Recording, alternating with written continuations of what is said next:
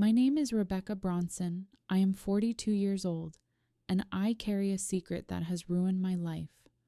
I want to tell it now, not because it will fix anything, but because maybe someone else will learn from my mistakes.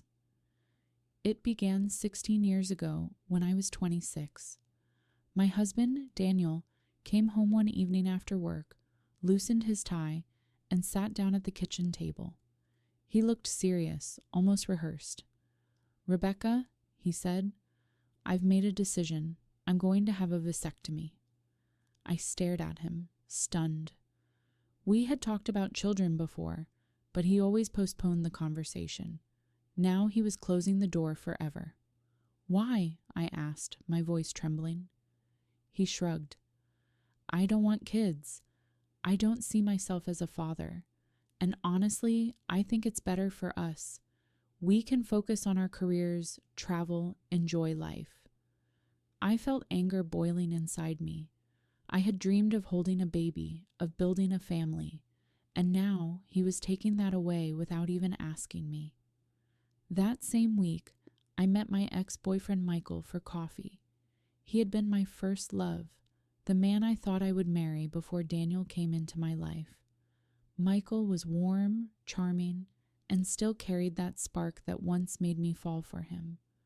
We talked for hours, and at one point he confessed, "Rebecca, I want children. I want a family. That's all I've ever wanted." The contrast hit me like a knife. My husband was shutting the door, while my ex was opening it wide. Anger turned into recklessness. I began seeing Michael again, secretly. At first it was just dinners, long conversations, stolen kisses in the parking lot. But soon it became more. One night in his apartment, I gave in completely. We made love and felt both guilty and alive. I told myself it was just revenge against Daniel, a way to reclaim what he had stolen from me. But deep down, I knew it was more. Weeks later, I discovered I was pregnant. I panicked. Michael had no idea. Daniel was scheduled for his vasectomy in just a few days. If I told him now, he would know the truth, so I lied. I told Daniel I was pregnant with his child. His face lit up with shock and confusion. "But I haven't even had the procedure yet," he said. "I guess maybe I was wrong. Maybe this is meant to be." He believed me. Michael never knew. I cut him off completely, told him we couldn't see each other anymore. He was devastated, but I didn't explain. I carried the child, gave birth to a beautiful boy, and Daniel raised him as his own. We named him Ethan. For 15 years, Ethan grew up believing Daniel was his father. Daniel adored him, despite his earlier reluctance. He took him to baseball games, taught him how to ride a bike, helped him with homework. Ethan loved him deeply. I buried the truth. Every time I looked at Ethan, I saw Michael's eyes, Michael's smile, Michael's stubbornness. But I forced myself to pretend. Life seemed stable until Ethan entered high school. That year, the school hired a new history teacher. His name was Michael Turner, my Michael. When Ethan came home and described his new teacher, my heart stopped. "He's cool," Ethan said. "He looks kind of like me." I knew the storm was coming. It started innocently. Ethan came home one afternoon, tossing his backpack onto the couch. He was 15, tall and lanky, with the same stubborn jawline I remembered from Michael. "Mom," he said casually, "my new history teacher is kind of weird. He looks like me." My heart skipped. "What do you mean?" Ethan shrugged. "I don't know. Same eyes, same smile. Even the way he talks. It's like, I don't know, like we're related or something." I forced a laugh, but inside I was trembling. The next week, Ethan mentioned him again. "Mr. Turner is cool. He told me I remind him of someone he used to know. He said I look familiar." That night, I couldn't sleep. I knew Michael had pieced it together. He was too smart, too observant. and Ethan was his mirror. Then it happened. One Friday evening, Ethan came home pale, holding a paper in his hand. "Mom," he whispered, "Mr. Turner asked me if I knew anyone named Rebecca. He said he used to know a Rebecca years ago. He looked at me like he knew something." I felt the walls closing in. Days later, Michael confronted me after school. He waited by my car, his face tight with anger. "Rebecca," he said, "I know. He's mine. Ethan is my son. Don't lie to me." I tried to deny it, but he pressed harder. "I want a DNA test. I deserve the truth." Panic consumed me.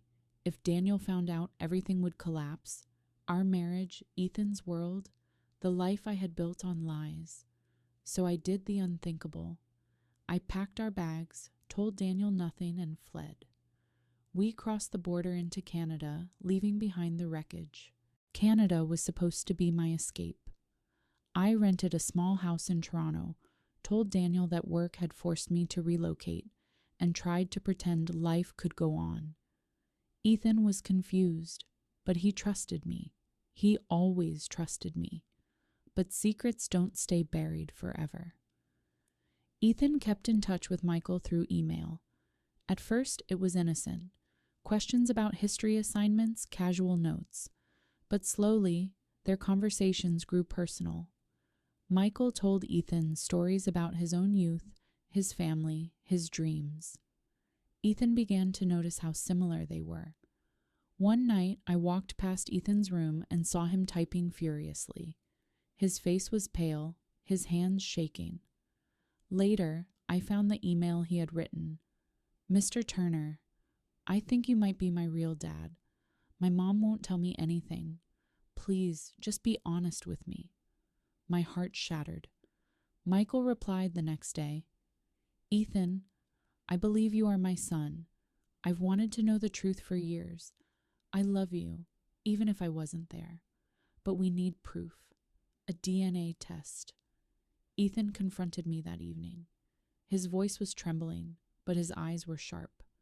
"Mom, is it true? Is he my father?" I tried to deny it, but Ethan already knew. He screamed, slammed the door, and locked himself in his room. For days, he barely spoke to me. Then one morning, he was gone. He had packed a bag, left a note, and vanished. I know the truth now. You lied to me my whole life. I can't forgive you. Don't look for me.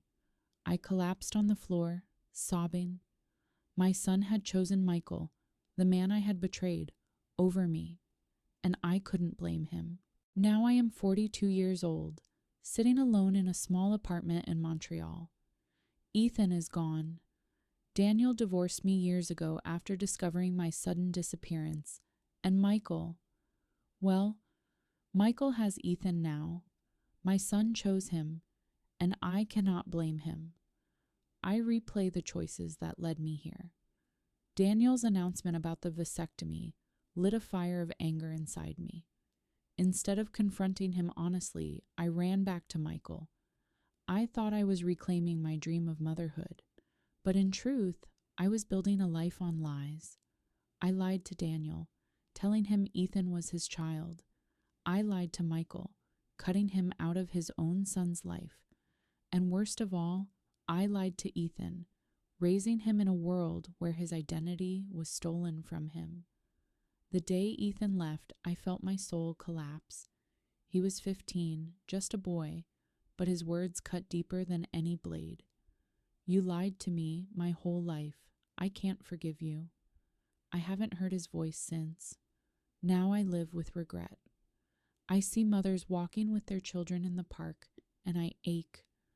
I hear teenagers laughing on the subway, and I wonder if Ethan laughs like that with Michael. I scroll through old photos, his smile frozen in time, and I cry. This is my confession. Never build your life on lies. Never steal the truth from your child. Never let anger drive you into betrayal, because one day the lies will unravel, and when they do, you will lose everything.